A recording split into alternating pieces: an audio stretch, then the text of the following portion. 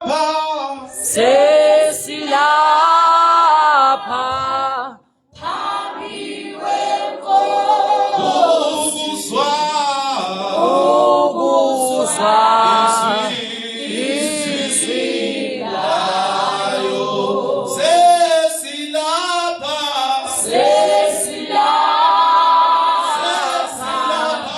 phambi kwenkosi ukuzwa izwi layo. Amen. Amen. Hallelujah. Amen. Hallelujah. Amen. Hallelujah. Amen.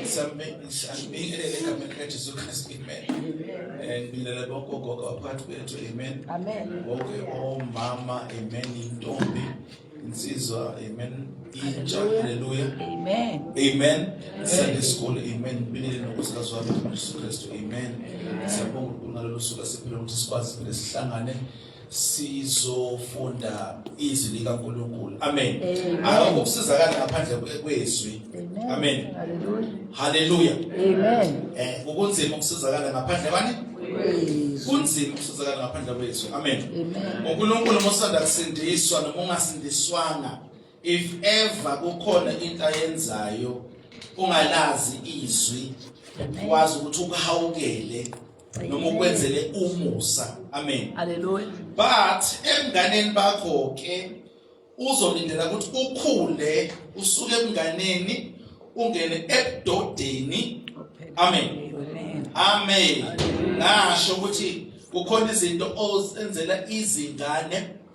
Amen. Ngoba zingakwazi ukuzenzela zona noma zingakafunda ukwenza, but ikhona isikhathi la ulindele ukuthi ingane ikwazi ukuzenzela. Amen.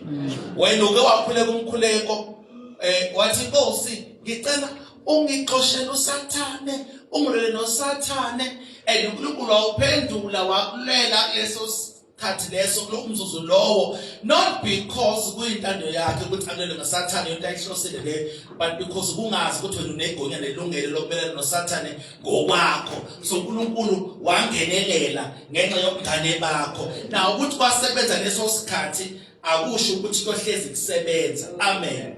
Yeah, need to be careful. Ukuthi into iyasebenza akusho ukuthi kohlezi kusebenza. We need to be careful ukuthi inesebenzeni. Amen. Amen. Omnye mama ngelinye lapho usanda kusindiswa nengane unoswane, uswane liyagula fundisa ebusuku abona fundisa ingane idala ke lana ke nakabikho lamapilisi esiwaphuza ingane siphuza ingane manje 18. Mfundisi ngicela ukusize, ngicela ukusize naye ingane yagula. Wathi umfundisi apply izwi. Wenza njalo mama, wathatha iBhayibheli lakhe wadabula ipage. Ngidabula ke. Wa apply ingane. Apply ingane yaba right.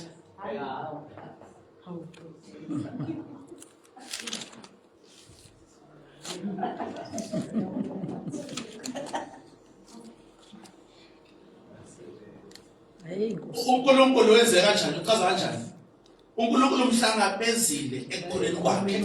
Uyenzile into acele yona, even le ayenzile ibingenamqondo, but uyenze ngokukholwa. uNkulunkulu emnganeni bakhe mhlangabeza. Amen. Ilento ngishoyo ukuthi kuthi kusebenzile akusho ukuthi kohlezi kusebenza, kodwa ekunganeni uNkulunkulu uzobehla eze ku level yakho, actually anyuke ngakusifundisa.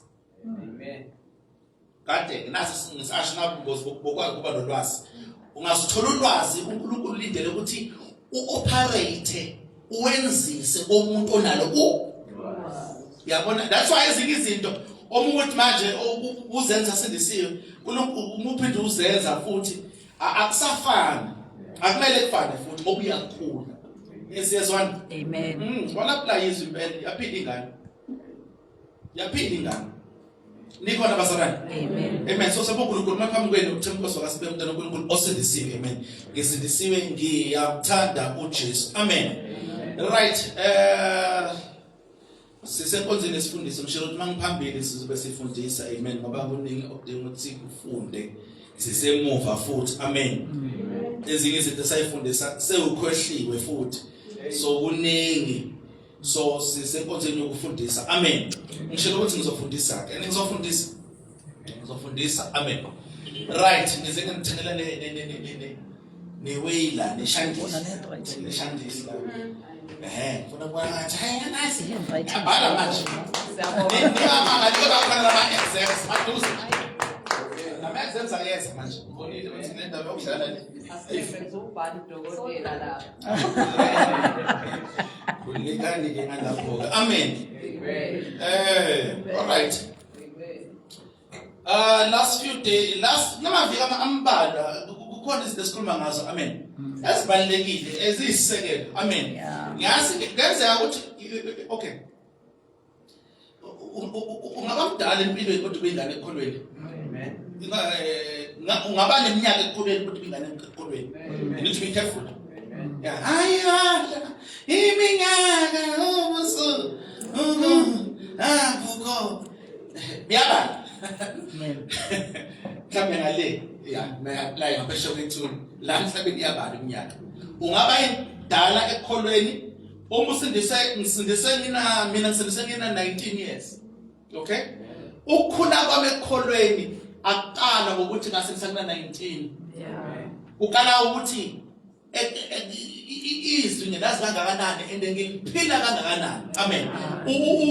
Impilo yomKristu ngiyifeza kangakanani so measured yabona ngoba singalindela ukuthi ukusindisa 15 years kumele ngabe izinto usuyazazi uyakwazi ukuzenza uyakwazi ukuyichaza uyakwazi ukuyifundisa amen. Uyayiqonda ngoba usindisa 15 years because khona isikindele kumzalwane osindisa 15 years but uthola ukuthi uma hlolisisa awuzazi amen.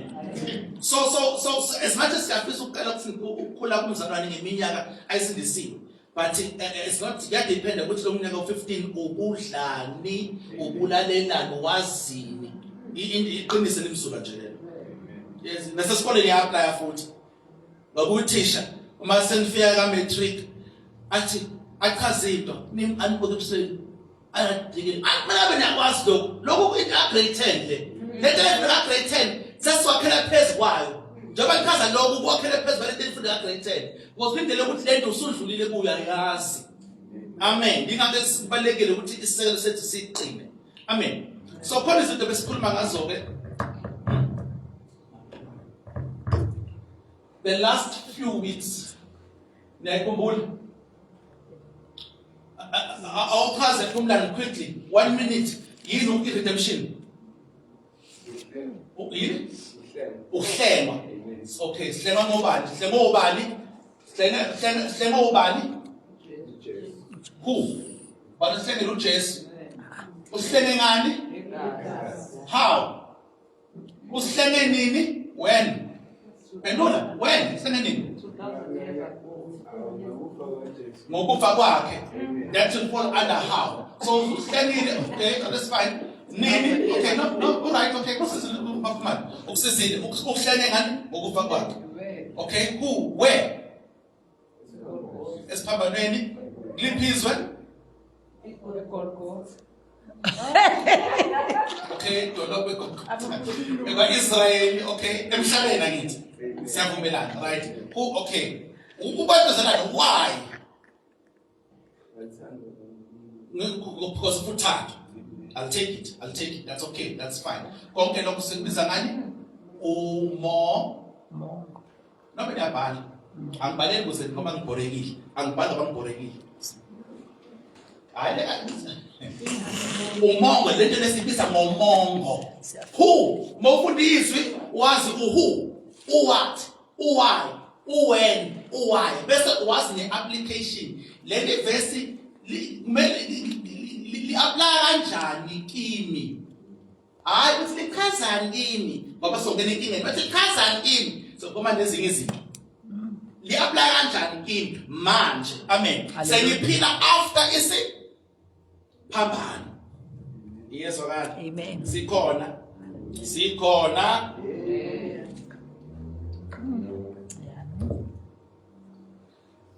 Ufunda ukusummarize into engibhalayo, esho ubhale ukuthi ubhale yonke into engibhalayo. Ufunda ukusummarize njengasesikoleni. Ubhale ngendlela ozokhumbula ngayo wena. Okay? Amen. Right, khona amagama engizowabhala ke manje ukuthi siwazi. All right. Substitution, makhumalo. Awusiyini substitution? Angezwa?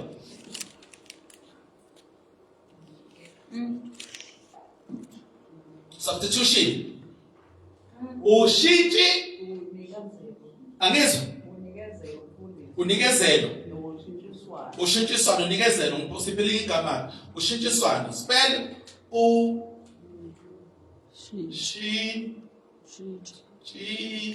Swano. An exchange. Ukuthatha indawo, dayazi ibhola kithi, shintshana nomuntu, uyangena uyaphuma, uthatha indawo yakhe, uthatha iposition yakhe. Substitution. Yenzeke siphamboneni ngakithi. Yenzela uJesu who, how, when, how, why, you must know. Substitution. Ayike insindiso ngaphandle kwa substitution. Yena ulithi uqalekisiwe olengemthini angithi. Amen. Ulenge umthini uJesu wenze isiqalekiso. Kuze thina esibuso saAbraham yes siwazi ukuthi siwelele kithi so sashintshana naye. Amen. Lo bengasazi isono wenze isono exchange. Nikhona. Substitution. Right, number 2, the redemption. Sisichazela ngithi. Redemption. Unobhale ngama redemption ukuhlengwa. Nikhona. Amen. Yeah, sinesigcome sonke isikhathi phela. La into ezonaka. Number 3.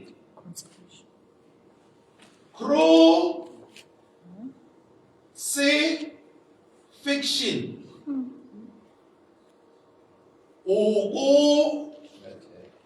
Bethelwa. Wenza kabani manje lo? Ngobani? Why? Kumele bethelwe uJesu. Usohlengo. Usohlengo.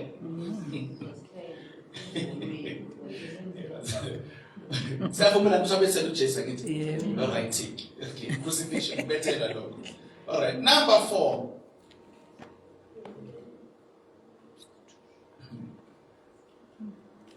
Gospel. Amagama kumele wazi lapho. Eva is Nikhona. Okay. Number 5. Amen.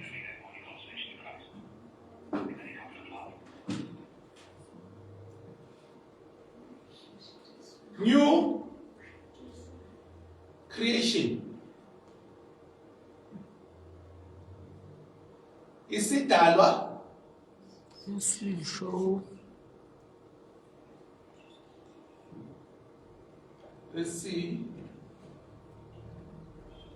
Sha. Sakhona.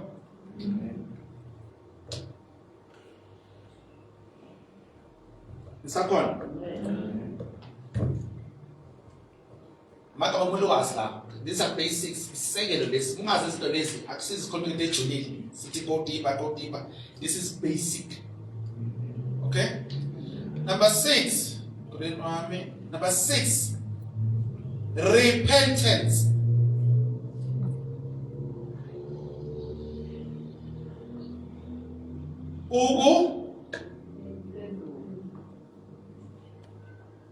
Penduka. All right, it's on. Number 7.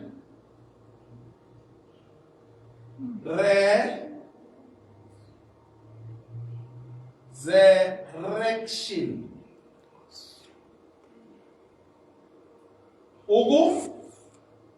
Vuka. Nikhona. Number 9. Grace.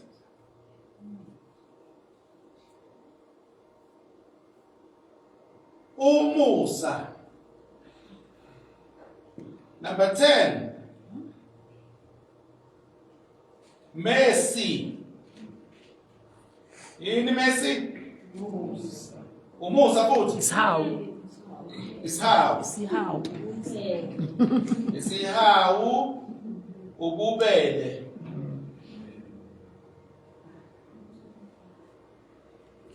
Okay.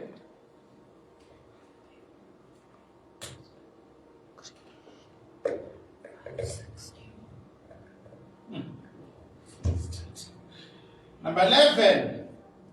Forgiveness. Niyabona lokhala? Niyabona? Forgiveness yini? Ukuthi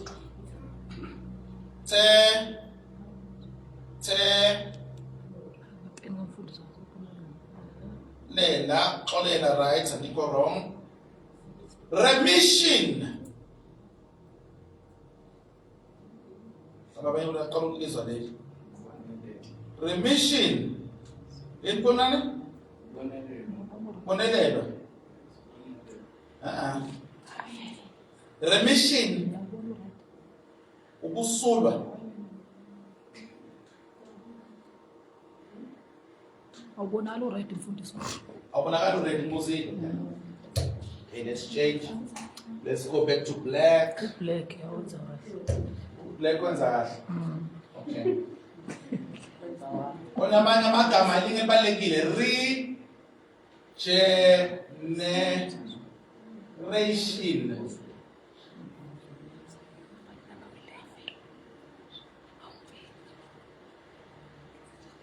Regeneration ukwenziwa ube musha. Number 14 sakhona. Amen. Salvation.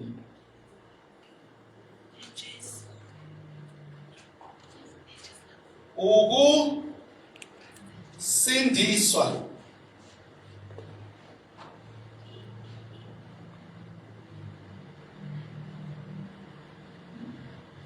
Number 15. Born again.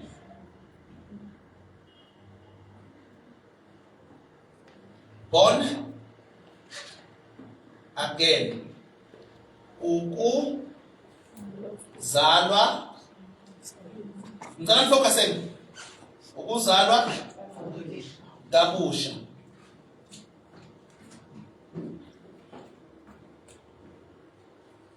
Yini se? Akukho. 16. Sanctification. Yini sanctification? Ukungcweliswa, very good.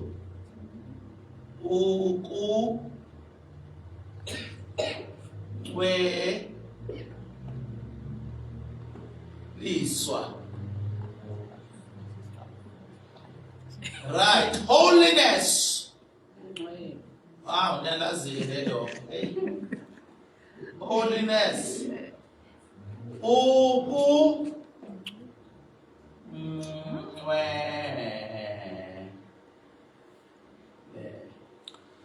Bungcwele. 18. Consecration. Consecration.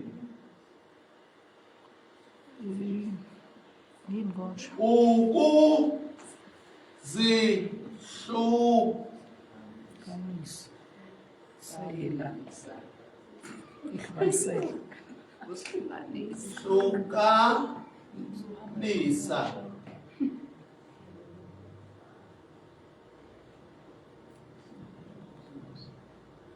Right, number 19. Justification. Justification.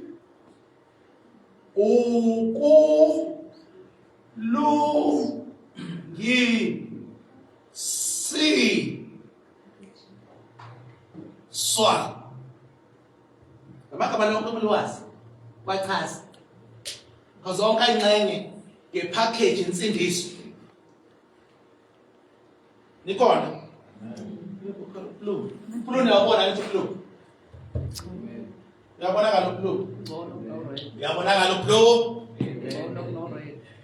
No red. Let's see. I said okay. 20 propitiation. Ini oku awu la 21 atonement echaza eyodwa so sibiza ukuthi awulo 21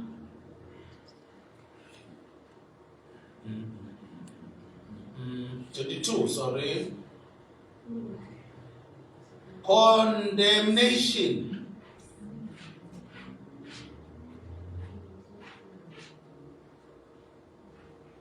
Condemnation.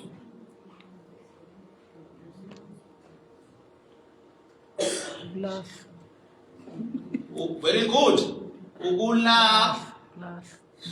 Very good. Whoever said that, well done. Give them a round of applause. Last 23. Damnation.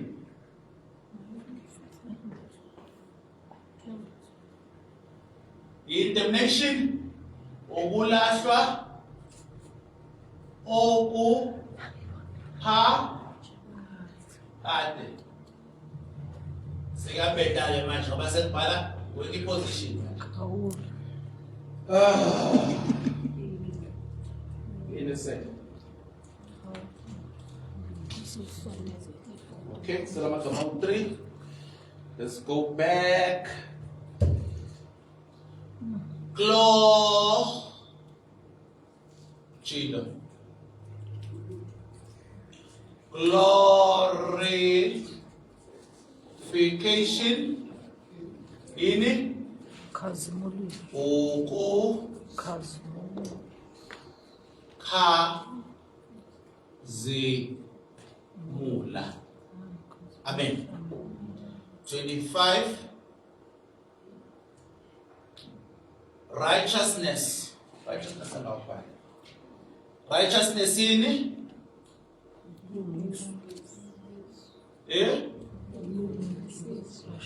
justification ukulungisiswa. Righteousness ukulunga. Ulunga. Okay, sakhona 26. Circumcision. Ini ukusoka. Well done. Cala focusing. Akusona isikhathi ngoba ngibhala nje ukuthi ngoba ngibona bese ngikhuluma indaba. Focus. Serious. Focus. See, ukukhohliwe. Khona ukukhohliwe.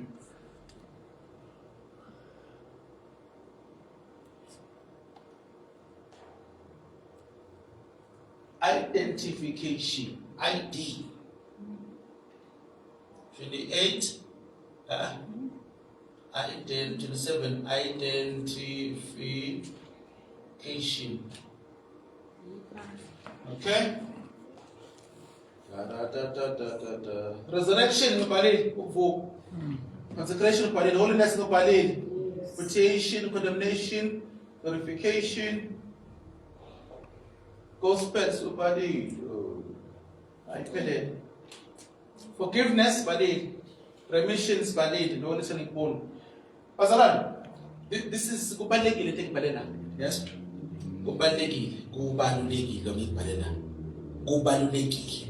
We have to know this. Ngiyazi iningi lethu uma ngabuza ukuthi lokugcwele bangachazela nakhona futhi babechaza Ubuze ukuthi yini umehluko phakathi kokungcweliswa nokungcwele abanye ngeke bazohlula ukuchaza. But kubalekile ukuthi understand lezi lamagama lawo, okay? Substitution asibele eqaleni focus. So ukubule sakhuluma ngomsebenzi kaJesu asenzela kona esiphambanweni. Sasho ukuthi ukwenzile uqedile cishe konke. Amen. Ongakenzeki mhlambe singathi ke samele kwenzeke kufezeke engazange kwenzeke yiloko esikubiza nge-glorification, ukukhazimuliswa. Amen. Ukukhazimuliswa kwani bomzimba yethu. Amen. Sisanemzimba engakakhazimuliswa. Amen. Hallelujah. Yokhazimuliswa mhla ibuye inkosi mangabe uyaphila. Amen. Okay? Amen. Lokho but okunye uJesu kwenzile. Amen. Sasho ukuthi last week konke ngithe kunomehluko phakathi kwevangeli. Ivangeli ilokhu uJesu asenzela kona. UJesu akwenza ini ivangeli. Lokho asenza ivangeli igospel angithi. UJesu akwenza yini? Esenzela uJesu, right? Gospel ivangeli. So yini ivangeli? Konke okwenza uJesu ngokufika kwakhe emhlabeni, ngokuphila kwakhe emhlabeni, ngokufa kwakhe, ngokugcwatshwa kwakhe, nangokuvuka kwakhe, ngokubethela kwakhe. Konke akwenza ngokubethela kwakhe sitheni crucifixion. Crucifixion. Konke lokho kuyi ivangeli. Okwenza uJesu awuhlangene nevangeli wena. Ngaphandle ukuba ivangeli ulikholwe, ulizwe, iBhayibheli ukukholwa kuza ngokuzwa, ulizwe bese umulizwe kuzokukholwa enhlizweni yakho, bese uma uvuma ngomlomo ukholwa ngenhliziyo, bese owe kuba yini i-salvation. Ipi salvation? Iphezulu. Number 14. Thank you. Kuba kuwe insindiso. Now let's say this kuyi-package ezinye izinto besinazo zenzeka singazi ukuthi zenzekile ngenxa yaJesu. Uyabona bahlupha ukuthi ube ne-package kodwa ungazi ukuthi i-package inani. So sasindiswa nayo insindiso iyahluka, sizoyichaza if isikhathi sikhona namhlanje sizoyichaza ukuthi ihamba kanjani because naye ineyigaba. Sasindiswa, siyasindiswa, sisazosindiswa. Sasindiswa oqala stage 1 wenziwa isidala esisha, umoya wakho wenziwa wabamusha, wasindiswa, usindisiwe nomoya omusha. Mabosindiswa ngempela bungaphusha uma wakho ukuthi uze phambili ngempela lahlaba izwi uyisidala esisha. Yipi inqanqe yakho isidala esisha? Ngoba wena umoya unomphefumulo emzimbeni, umoya. Same time ungakenzi lutho elungile uyisidala esisha emoyeni wakho. Understand please? Right? And okay, then so sathi ukuthi insindiso ithola amandla ekuvukeni okusha. Amen. Ekuvukeni i-resurrection. Ukuvuka kaJesu okwenza ukuthi umoya wakho uzothola ukuphila. Umoya lo ofile ubese ukuthola ukuphila kaNkulunkulu. Ubuyiselwe ukuphila kaNkulunkulu. Lo sekubiza ngokuphila okuphakade, eternal life. Okay? So that wasindiswa washuneza umusa okuyivangeli. Umusa uNkulunkulu oza ngevangeli uvelile kubantu bonke. Liple verse 11.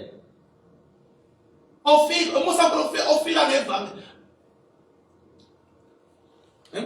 The grace of God that brings salvation. So uyabona umusa ivangeli and then ivangeli let's insindiso. Lifingelela kubantu bonke. Chapter 2 verse 11 lo ngisho. Okay? Chapter 2 verse 11. Livuliwe kubantu bonke. Okay? So unomusa ukhona lapha nabona ngithi. Then ke kuba ukuthethelela kwezono kukhona lapha. Ukuthethelela sesisho ukuthi kuthola amandla egazini kaJesu. Into enza kumncike kuphi egazini kaJesu. Sasho nakho bona ukuthethelelwa kwezono. Then ikhona ukuthi izono zithethelelwe bese ziyasulwa kuwe. Ngiyaxolela. Then sengisusa lezo lokho ngiyayisula. Ngiyaxolela, for I forgive you. Bese lezo zakho ngiyayisusa kuwe. Ngiyayisusa kuwe ziyasulwa. Konke kwenza igazi kaJesu. Remission ukusulwa, ukususwa kwezono. Understand? Now, so azama kuphela uthethelelwe. But izono zakho zasuswa kuwe. Zasulwa kuwe. Zahlanzwa. That is part of remission. Mhlawumbe yinye igama esingayeda mhlawumbe singayeda ne-purification. Mhlawumbe singayeda ne-purification. Let's just end it for the sake. Ukuhlanza.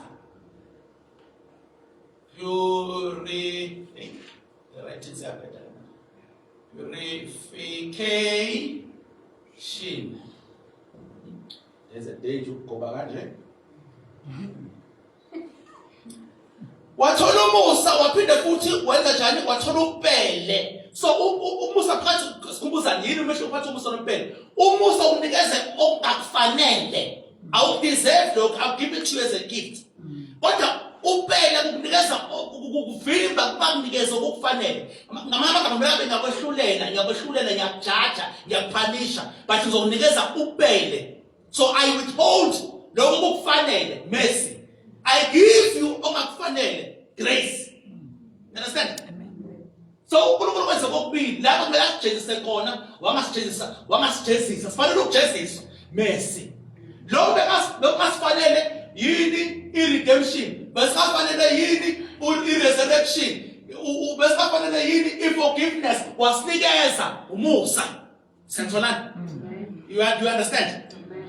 Konke lokho kwenzeka usindisiwe lesamuthi inkosi Jesu inkosi yempilo yami. Konke lokho kuyenzeka. Amen. Then so izinto zakho zasathethelelwa zasulwa zasuswa kuwe. Amen. Okay, nikhona ngithi. Wenza isidale esisha right, uJesu wabethela right, ivangeli right. Engito so wasindiswa right. Wazalwa kabusha. Not only ukuthi uzalwe kabusha, wenziwa wabamusha. Lokho wenziwa wabamusha sithe i-regeneration. Leli gama leli interesting ngeleli. Akasivuleni la, vulani uTito chapter 3 verse 5. Tito chapter 3 verse 5. Let's go there. Asqale asiyeni lapho quickly. Tito New Testament chapter 3 verse 5.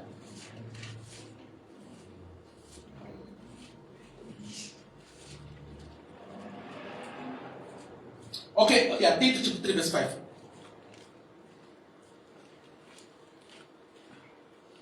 Wasisindisa kungengamisebenzi yokulunga. So wakusindisa ngayo umsebenzi wokulunga. Azange wenze lutho ukusindiswa. Akukho okulungile okwenzile, akukho okulungile ubungakwenza. Lento lena you can't buy this with money. Akuthenga ngemali lo akwenza awukusebenzela awueni. Uthi manje sekumfanele ukuthi ngisindiswe ngoba sengikusebenzele. Impossible.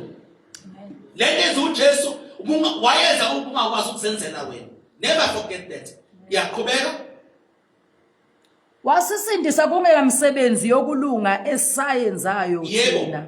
Kepha ngokwesihawu sakhe. Ngokwesihawu, isihawu konje yini? But mercy, right? Naligama Ngesigezo sokuphenduka uzalwa ngokwenziwa sibe basha ngomoya ongcwele. Oh, ngesigezo. By washing sokuphenduka uzalwa.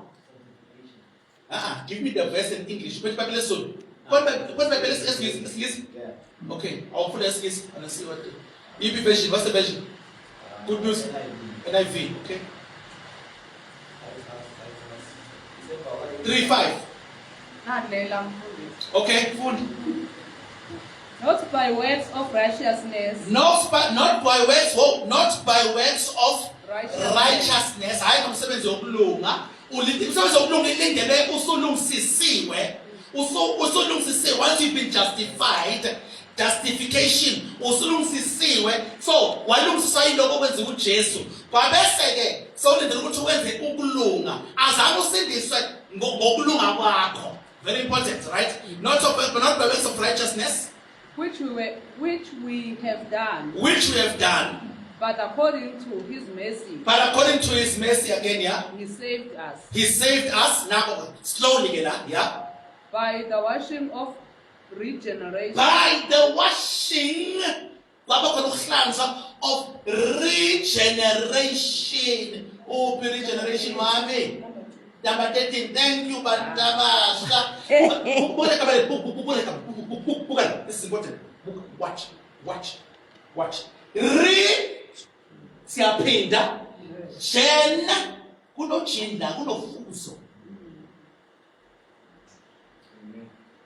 kunofuzo gene regeneration so kuyiprocess ke leyo wofuzo umoya wakho unofuzo kaNkulunkulu image and identity umfanekiso nofuzo kaNkulunkulu regeneration konke ne-regeneration isuka ku-resurrection the gene of God, the genes of God emoyeni wakho regeneration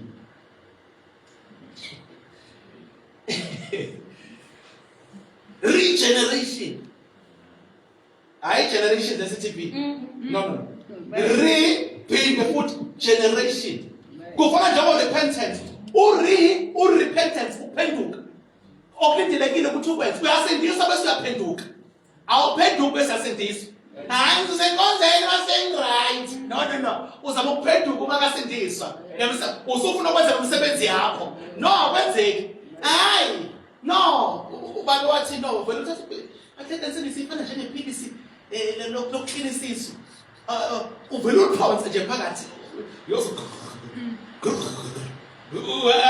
yasebenza so uyasindiswa bese uyaphenduka ezonweni zakho ushiye buka lokuphenduka nakhona pent indawo phezulu ebuilding lephezulu nje zonke indawo penthouse nazi penthouse nazi pension nazi ukuthi khona no pension asisho pension ogogo khona indle kuthiwa i-pension khona i-mention bese khona ne-pension lo pent inenkulu phezulu highest pent so uJesu uphenduka ukusibuyisela phezulu kuNkulunkulu back to indawo ephezulu ongithatha down ngengelutho you take me from the miry clay set my feet upon repent sikusho ukuthi sike sabe endaweni ephezulu noNkulunkulu so uphenduka usuzesonweni usibuyisele but before repentance there must be salvation. No salvation asukhaze now. No salvation usozo. Sozo ikhabe sozo kaza ukuvikela, ukusindisa, ukuphumelelisa, ukuphilisa, ukugcina. Because lokho legama lelo. That's why ezinye izinto yabo must understand ukuthi uNkulunkulu ukusindisile. When understand legama because ukuthini. Then ezinye izinto uqala ukukhuleka ngendlela ehlukile. Ngiyabona ukuthi uNkulunkulu umvikele is part of the salvation. Ngiyabona ukuthi uNkulunkulu umvikele uyavuma ukuthi lenze ngesayenze ayiphelele. Ngiyabona ukuthi umvikele. Ngiyabona ukuthi umgcinile. Uyayibona nje le umsindisile. Usekwenzile uJesu. Thina siyayamkela lento sikhole sikhulume siphile. Amen. Sikona. Amen. So it's part of the salvation. So we are sindiswa bese uyaphenduka. Okay? Ukuphenduka you repent. Amen. Sakwana bazalwane. Hallelujah. So religion not by works of righteousness which you have done, But according to his mercy, he saved us. but according to his mercy he saved us. Mama magama according to kumele sashulele kona azange sishulele. Amen. He saved us, yeah? So By the washing of regeneration by the washing wakho wagezwa wabayidala esisha. and renewing of the Holy Ghost. Renewing. So renewing, no renewing. Sasa uona regeneration futhi. So moya kwenza ubani moya ngcwele. Ingakho sithi moya ngcwele akasaba amanyala akho because lesikhathi sangcolile ukungcola lokhu bakubheda lokwasezweni la ungcole khona you were the worst of the worst wagezela kumoya ngcwele. And uyaqhubeka futhi akugeza. Amen. Ama agents insipho zokugeza zomzalwane zo2 igazi nezwi. Ihamba mama usubalekela izwi ukusenkingeni. Usho basa first usho chapter 5 verse the washing of the water by the word. Insipho zomzalwane spiritual washing agents izwi negazi. Amen. Yes, right? Hallelujah. All right. Salvation, that is born again. I said John 3:3. Let's go there. Want to see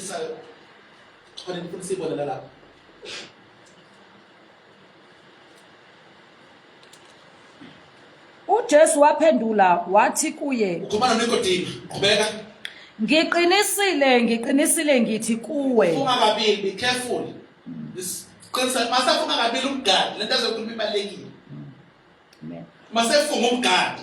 uNkulunkulu lo umgadi akaqali imanga, but masa-eda isifungo ayasodwa ey'mbili into azoyisho. Be careful. Amen. Uma umuntu engazalwa ngokusha, ngazalwa ngabusha, kuzala bani umzimba, umoya, umphefumulo? Umoya. Thank you. Qhubeka. Angeke ubone umbuso kaNkulunkulu. Oh, ungasonta your whole life 50 years ungakasulove esontweni. Angeke ubone umbuso kaNkulunkulu if ungazalwa ngabusha. Next Jesus sizelayo. La bakutshela ukuthi bakufunga kabili. Be careful. Ungasonta usonte wezimisebenzi emihle. If ungazalwa ngabusha angeke ubone umbuso kaNkulunkulu. Ebengaqaba amanga lapha. I'm telling you, balike into eshoyo. Qhubeka. Uma ngazalwa ngabusha. Lento abasonto ayiphikayo athi ayenzeka emhlabeni. uJesu uthi uma ungayenza la emhlabeni angawuyi uNkulunkulu. Busha lo isango, lo oyindlela, lo umnyango, lo uphila. Lo okhulumayo lo. Ukade uthi bani ukhulumayo futhi. Ake lo pastor okhulumayo la. uJesu amagama kaJesu. Amen. Qhubeka. Verse 4. uNikodimo wathi kuye, umuntu angazalwa kanjani esemdala na? Good question. Qhubeka. Angangena ngokwesibili esiswini sikanina azalwe na? No, kuzongena esibelethweni sikanina mangabe kumele kuzale umzimba kabusha. Manje akuzala umzimba, that's the thing. Akona umzimba obuzale kabusha. Ya, qhubeka. Waphendula uJesu wathi, ngiqinisile. Yeah. Ngithi kuwe, uma umuntu engazalwa ngamanzi nangomoya. Uma angazalwa ngamanzi nangomoya. La manzi ke into ebidida abantu ukuthi why khona babathi hayi angazalwa ngamanzi sothi kumele why oqala ngi-order why athi amanzi. iBhayibheli inesizathu. Maqala into ethize kunesizathu baliqala ngale nto ethize. Angazalwa ngamanzi nangomoya. Angazalwa ngamanzi nangomoya. Right. Lento ezala ngamanzi sasewumoya. Lento ezala ngomoya sasewumoya. Uzala ngokamoya kaNkulunkulu. Umoya wakho uyahlanzwa ube isidalwa esisha. It's still we are talking about what? About purification. We are talking about what? We are talking about regeneration. So uyahlanzwa umoya wakho, hlanzwa umoya. Amen. Amen. Uyahlanza umoya wakho. Amen. Uphinde uzalwe ngokamoya. Kokubili lokho kwenzeka emoyeni wakho. Amen. So akhulumi lokho kuzala kamanzi akusho ukukhuluma ukubabhadisa lo sikhuluma ngakho. Ngithi ukhuluma ngeprocess kamoya whereby umoya wakho uhlanzwe izono zakho zisuse kuwe. So lapho we are talking about is this involved lapho i-remission, izinto i-purification. Okay? Then lo moya uphinde ukwenze kwemusha. Okay? Izono zisusuka kwemusha. Ufane njengomoya kaKristu. Identical. Ngasho ngiyaphinda futhi ngiyagcizelela. Uma ezulwini you are not getting umoya omusha obuye ezulwini. Lo moya phakathi kuwe manje uwona lo uyohamba nawe ezulwini. Because lo moya lowo une advantage yento ebingakwazi benganayo Adam. Okay, before Joseph mabonile izono zabo bezimbozwa angithi uJesu izono ziyasuswa. Yini mehluko bebenegazi leyilwane sithina sinegazi lomuntu elinganasono elinganasici. Bona benegazi leyilwane oqala igazi lesiswana linganegazi lomuntu. Yabo ingakwazi ukususa izono zomuntu. Alikwazi ukususa even ngisho nebhadi lomuntu. Nefeli inyama mhlawumbe imbuzi. Wasting time, wasting money. Wasting time, wasting money. Lele gazi bekuyilona beli atonement. Iphi legama atonement? Number 21. Atonement. Beli legazi bekuyilona belenza beli inhlawulo. Amen. Behlawula. Then ke lokuhlawula sibiza propitiation. Siyabuya lapha. Ngicela omunye iphethe lesizulu. John oqala chapter 2 verse 1. Ekugcineni. Ngasekugcineni John oqala chapter 2 verse 1. Siyabuya lapho ngasuku mangifundisi lapho. Siyabuya lapho kulo. Bantwana bami. Ya, bantwana bami, kade ukhuluma nabantwana. Sonke singabantwana, but khona abasebekhulile basukela emntwaneni, bese khona abasakhona emntwaneni. Singabantwana, bantwana, nomusa umntana, kodwa hlezi umntanami, bantwana bami. Bese khona ukuthi umntwana ngabe umntwana. Kade, ya. Nginilobela lokhu Kuze ningoku. hayi ukhuluma ngalaba basashusha izono basakhuthisa ukuthi ngibhalela ogada le chapter le uyifunda yonke khona la khona abantwana khona la khona amadodana khona la khona obaba and amadodana asikhuluma ngabantu besilisa akubona abantu besilisa lapha khuluma ngabo akubona abantwana okay abantwana is not gender specific umntwana but mathi abantwana akhuluma nabantu besilisa mathi ubaba akakhuluma nobaba ebandleni ukuma igaba sokukhula Kristu leso khona ubungane lathi khona la ngazelani ubisi kuze nikhule ngalo ingane as newborn babies njengoswane njengengane njengabantwana la ngazelani ubisi leso kuze nikhule ngalo then ikhona level 2 dodana lathi izwe liyabubula lindele ukuvezwa kwamadodana sons.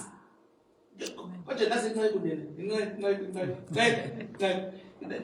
okay naloko kunendima ukuthi ubunceku sokwesihlwane senindaba ukuthi ubunceku la kudinga khona ubunceku bese kudinga khona ubudodana bese khona ubaba okay le chapter le address yakhe uma kukhuluma abantwana ukhuluma ngezono yabo ngoba abantwana basafisha izono because for us sayashumayeza wele futhi yaphinda khumbe lezwe umntwana sanda kusindiswa inyama awafunda ukulawula inyama yakho okay awafunda ukubetha inyama yakho awafunda ukubetha awamasterisha ukubetha inyama yakho ukunikela umzimba wakho umhlatshela ubethele awukaqali ukuthwala isiphambano sakho. Amen. Okay qhubeka nofunda Kepha uma umuntu ona if ngesingisi ngoba isizulu sibehlukana phela uma ngesingisi singakubone kahle uwena ngesingisi umusuza uchaza ukuthi uma uzofika if uzoqhamuka noma wena uqhamuka anazi mina ngezwe yini if ngesizulu umchaza ukuthi if noma wena depende ukusebenzisa kanjani but ngesingisi kuyahluka if any man sin mangabe uyona kusho ukuthi ukona is not a must akasho ukuthi when you sin if uthi wena kusho ukuthi kumele uhlezi uyona awukwazi ukuyisiza eboneni kwakho yohlezi nje makuthi wona uone nakhumbula example last week isandla yakhumbula intando ingavuma ngisandla kube sinentando yaso siyakwazi ukuzenzela ingqondo benganamthelela ukuthi isandla siyasuka la sifika la sivele ubona isandla sakho sesila oh hey uma if any man sin when any man sin akekho ukubona ukuthi umufuna iBhayibheli lesizulu kuphela lokho ngoba ngesingisi ukuthi if kanti ngesizulu uzothi uma awazi ukuthi uwena noma if you understand if any man sin qhubeka kepha uma umuntu ona sinommeli osimela kuyise nomelo la nomelo ani mafoto nomelo asu nomelo uyazi ukuthi nomelo bani osimela kuyise we have an advocate with the Father uJesu ngummeli khona lecondo sibonga ukuthi uJesu ungumeli uyasinxusela imihla nemihla unommeli kanye nobaba so uJesu ngummeli wakho ummeli ongaphandle osezulwini you also ngasho ukuthi unommeli wesibili kumoya ongcwele ohlala ngaphakathi kuwe Amen. Ilokutshelayo vuma nasi sitha sik-accuser isitha sinamalungelo namagunya ngento yenzile ukuze sikwazi ukunakela into igazi lisebenze vuma bese igazi liyasebenza. Amen. Umeli nobabili abawu2 oyedwa uphila ngaphakathi kuwe Holy Spirit umeli naye umufuna incwadi John kuyaveza lokho and then nomeli kanye nobaba second lakhe bawu2 basecond lakho isitha singumsoli wabangcwele ngithi uyabona kanti uyabona solve like ngathi senkantolo la so ingabo uJohn funda uJohn chapter 1 verse 9 ichapter London eseyoqala vele emuva iverse lokugcina le chapter kuyifunda go back one chapter verse 3. John chapter 1 verse 9. Quickly. Maybe that's another one we should have wrote. Kepha uma sizivuma izono zethu If you confess our sins, uthembekile uthembekile is faithful ulungile ukuba and just. sithethelele ukuba sithethelele izono lokuvuma lokho iyona into egunyaza igazi ukuthi lisebenze ukuthi ahlanze uqhubeke asihlambulule kukho asihlambulule lokuhlambulula igazi ehlambulula lapho futhi cleansing agent yasebenza lapho but then ukuthi uvume ngasho ngachaza last week ukuthi khona izono ezohlanza igazi usabe ekhangeni ziyahlanza ungavuka ziyahlanza igazi bese kuyokhona lokho kumele uvume khona ukuze lihlanze.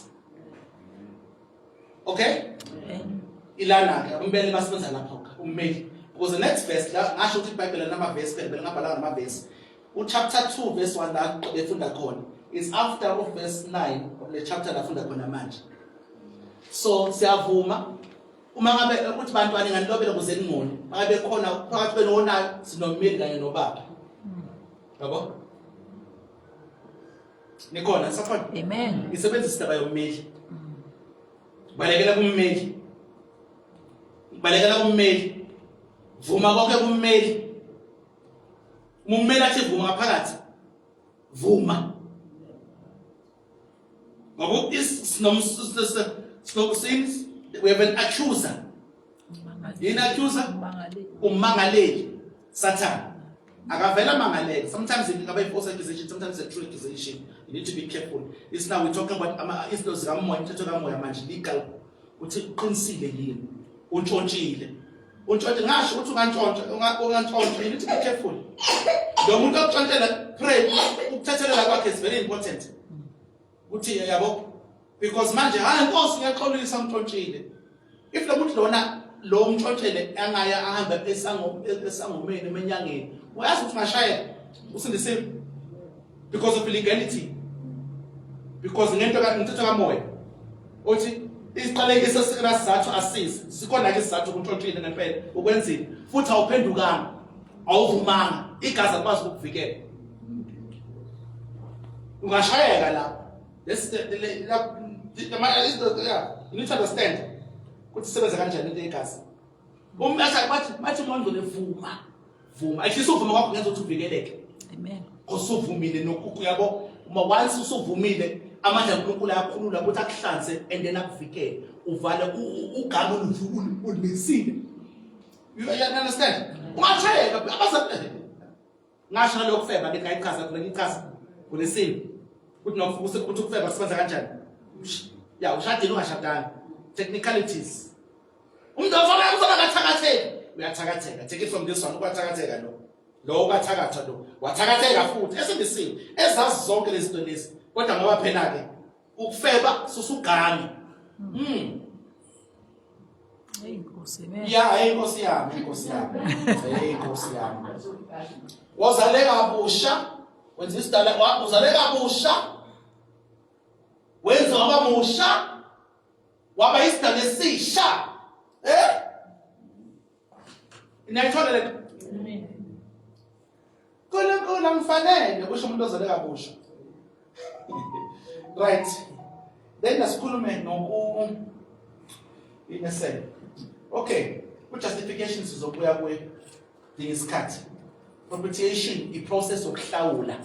Open the 4th chapter 2 verse 1 quickly, no verse 2. Sisiyavala. Bantwana bami nginilobela lokhu ukuze ningoni. Akuya. Kepha uma umuntu ona. Kepha uma umuntu if ona. Sinommeli osimela kuyise. Use ummeli wakho uJesu Kristu olungileyo. Olungileyo usezulwini sokunene sikababa Yena uyinhlawulo ngenxa yezono zethu.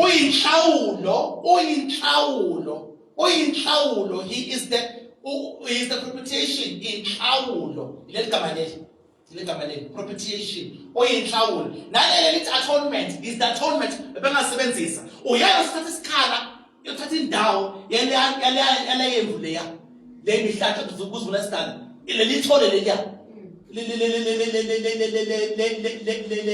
le dove Ijuba leliya behlatshwa sekuyena konke umhlatshelo le umhlatshelo wokuthula umhlatshelo wesono umhlatshelo wokubuyisana konke lokho uJesu yikho ingakho sikachitha igazi kunesizathu hayi ngoba sididekile kunesizathu sesinomuntu okufezile konke lokho okumhlatshelo umnikelo inhlawulo inkokhelo yezono zethu.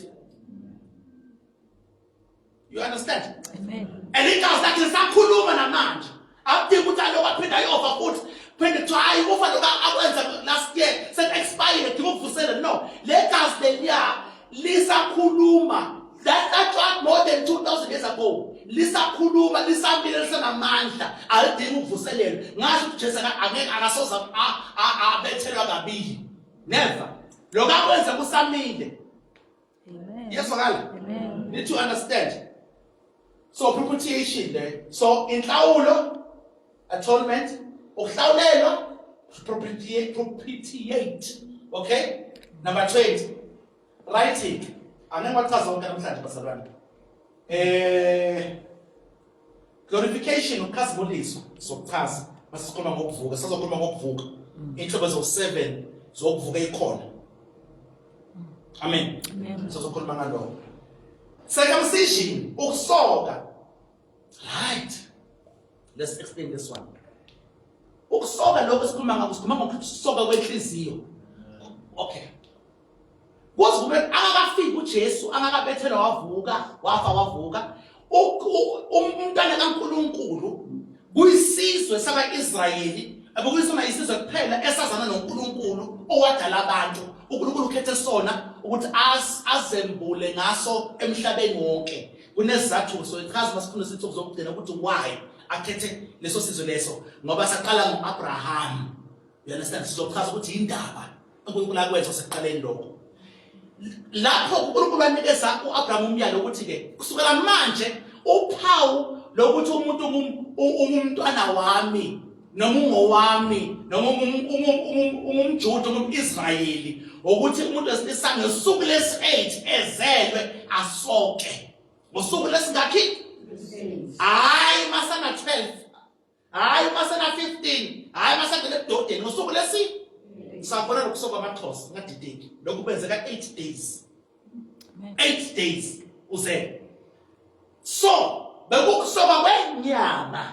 All right, then ke uyathatha lokho ukusebenzisa njengomfanekiso ukuthi ke usibone lesisho sevukile kuJesu kusakhona ukusoka okwenziwa uNkulunkulu okubese kodwa lokusoka lokho akusokona kwenyama sekuwukusoka kani kwenhliziyo. Ilana ke esusa lenhliziyo athi ubezekile echaza inhliziyo yeche akunikeza inhliziyo yenyama ethambile inhliziyo ephilayo. It's basically lokho kuchaza lokuzalwa kabusha kuchaza lokwenziwa kube busha kuchaza lokuhlanzwa yini into akhuluma ngayo. Even though some inhliziyo kahle sikhuluma ngomoya wakho basically. You understand? So njengamanje usokiwe ngokamoya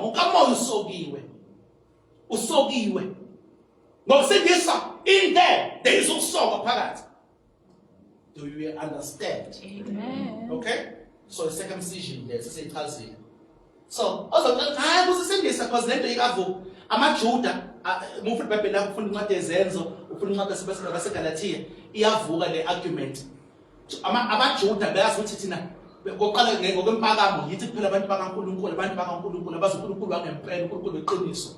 Yini uphawu lethu ukusoka kwenyama uma sebesindiswa ke sebethola ivangeli bathi bona no kwasaqala sindiswa amaJuda ngoba bese emva kwalokho after a few years kwasindiswa abantu bezizwe mina nawe wonke umuntu ongayinomJuda umuntu wezizwe uma sebesindiswa abantu bezizwe laba amaJuda kasoke ngokwenyama kusukela ekuncane babo sebathi manje hayi sekufika ivangeli lamangaka bathi hayi kusendiswa ngokuphela nesindiswa ngempela kumele nisoke.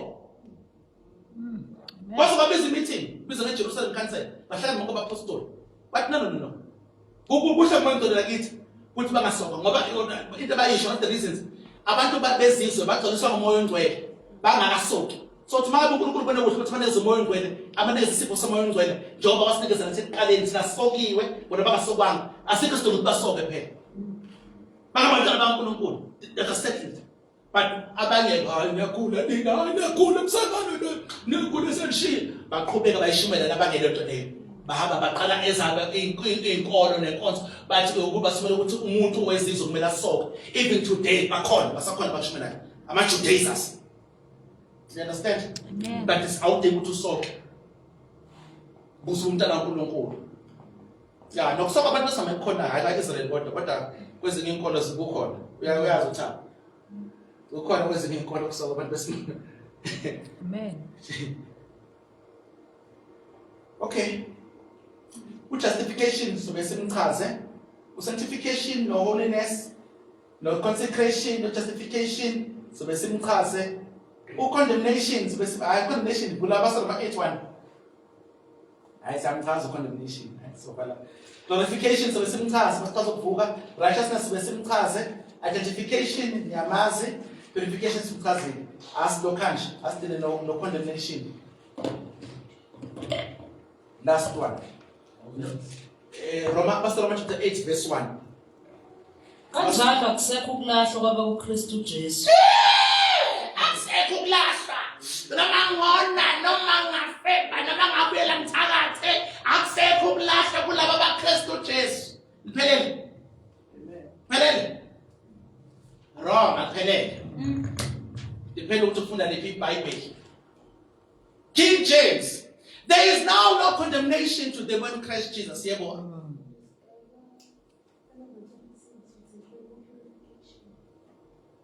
To the purification. Asomchazile na. Oh, no penut identification. Oh. Bemlentike kuphi? 26. Oh, hayi kodwa purification uchazile hawo. Yabo. Inthi concentrate inthi kodwa. Iningi. No, awuka wesigisi. Esingisi lithi esingisi there is now no condemnation. Akukho ukulashwa. There's no condemnation to them who are in Christ Jesus. Abakho Kristu. Abangahambi. Who are the 40? Who walk not here after the flesh. So laba banye abalahla abahamba ngokamoya hayi ngokwenyama. Yeah. Bayathanda abantu baphila sonke bayathanda le verse le. I know a lot of people love this verse but abalas never say. Yasho bhanga ngithi yasho ukufunda iversion yona. Lipheleleke. And futhi lento kufunda verse 4. Ukuze izimfanelo ezinhle ezifunwa ngumthetho zifezeke kithi. Thina esingahambi ngokwenyama kodwa ngokukamoya. Esingahambi kusaphinda lento engithi ayikho verse 1. Uyayixozelela verse 4. Amanye ama-version ayikhipile verse 1 nochaza text isikhathi ngichaza ukuthi indaba ayikhipile. Okay? But angiphelele lo verse lelo. Manje khani uyabazi ukulahla. Manje okay, akukulahla. Uphila kanjani ukuthi akukulahla? Oqala ngiphelele but uphila kanjani most of the time abantu abaningi le verse leli bayalithanda abantu abaphela akusekho ukulahla. Good but uphila kanjani ukwazi ukuthi akukulahla? How are you living? So we need to be careful. Laba bangahambi ngokwenyama kodwa bamba ngokamoya akukulahla kulapha. Kune qualification le verse le. Uthi abantu bangebalahla. You understand? Yeah. So we need to be careful lapho. Okunesizochaza ke besakhumbuzana lokho sikho kanjile. Ngcono benisibhalele phansi. Mase next time angisabhali phansi ngiphinda ngibhale phansi lobe ngiphinda mhlawumbe into eyodwa noma ukubili sichaza kabanzi ngoba kwedinga ukuthi sithi ungena certification ukungcoliswa nokungcwele sichaza umehluko because ibandla lemnyama sisehlathini shem sisehlathini sichaza ukulungisiswa nokulunga sisehlathini lapho isubject le hayi siyaleka indlela eyisimanga sichaza sokuchaza okunye sokuchaza sizomala namhlanje. Okay? Any questions? Any questions? Right. Message on Facebook. Sibhalile. Go back, read your Bible. Uthatha iBhayibheli simple version simple. Uthatha NLT, NIV, leBhayibheli lesizulu. Akuyatholakala emafonini. So singabi good news. Yes, good news Bible. No problem. But amagama lawo onke akhona eBhayibhelini lakho. Akhona. They are there. Okay? Masuku sekhandela amakhono eBhayibhelini lakho. So chaza as time goes. Next time sisakhuluma ngensindiso. So chaza igaba zensindiso ukuthi yini into esindiswe kuyo. kanjani sichaze yonke into. Alright. Hallelujah. Khona nikufundile. Amen. Sizakele. Yebo mfundisi. Alright. Mungasakwazi lokho athini isikhombe stage. This is the basic. Konke kwakhekele phezulu kwalokho. Amen. Amen. Alright, siphakame ngasalana. Ukhona ngasindiswa ngaphakathi kwethu ukhethe Jesu nkosindisi. Anybody ongasindiswanga sekuchazelekile usekutholile ukukhanya sisashumayela sisafundisa kufinyelele kuye ukukholwa uyezwa umoya kaNkulunkulu uyamfakazela ukuthi wena awazani noNkulunkulu ukhona umuntu onjalo phakathi kwethu futhi sonisa ngicela singazisambe kusinyakaza ngicela let's focus ukhona umuntu onjalo phakathi kwethu akukhona sikhuleka ngenaye asindiswe ngiyalivulela lithuba leli amen. Siyabonga Nkosi. Asibalana mehlethu. Babeka amandla kaJesu Kristu. Siyabonga Nkosi umusa wakho, siyabonga usubele bakho. Thank you mighty Lord for this teaching. We thank you Moyo ukusikhanyisela ngezwi lakho. We thank that your word is a lamp unto our feet, a light unto our path. Liukhanye endleleni yethu. Thank you Moyo ukuthi lilokuhlakanipha kwethu. Liyisikhanyisela izwi lakho. We thank you Father for the simplicity of izwi lakho. In the mighty name of Jesus Christ, amakhaya Nkosi abantu osaqhubeka sihlinze ngalo lisize linkululeko yethu izwi lakho Nkosi lifa lethu. We thank you Father in the name of Jesus Christ. Ibandla lithi amen.